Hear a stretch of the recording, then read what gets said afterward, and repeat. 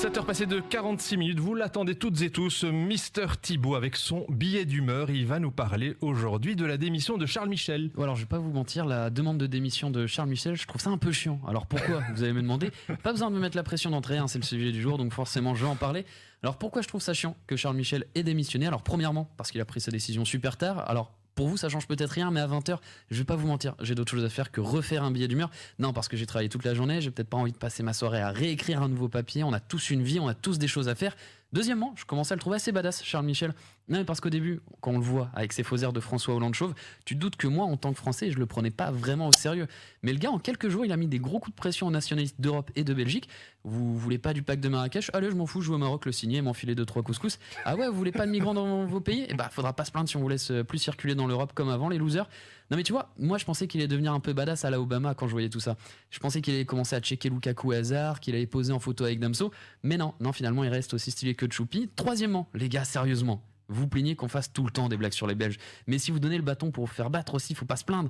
Non mais déjà que vous avez le record du pays qui est resté le plus longtemps sans gouvernement, vous n'êtes pas obligé de vouloir retenter le record. Non après, j'avoue, je comprends le premier sac mondial de votre histoire grâce aux joueurs de hockey. Ça vous a donné un petit peu faim de titre, mais à un moment, faut arrêter, faut penser à être un peu sérieux. Parce que faudra pas s'étonner d'entendre dans quelques jours des blagues vaseuses du style quelle est la différence entre les États-Unis et la Belgique? Les États-Unis ils ont un président nul et la Belgique elle a pas de gouvernement, lol. Ok, je vais être honnête, ça m'a embêté, mais je comprends pourquoi il fait ça, Charles Michel. Il sentait que ça commençait un peu à puer pour lui. Le PS et le SPA voulaient signer une motion de méfiance.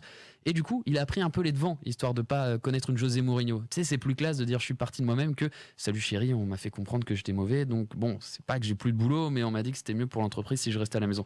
Tu vois, ça fait un peu j'ai pris mon destin en main, alors qu'en vrai, dans quelques jours, sa main, elle lui aurait juste servi à prendre les cartons et s'en aller loin de la gouvernance de la Belgique. Ouais, et puis là, on plaint tous les Belges. Mais un qui a dû vivre une journée compliquée, c'est le roi.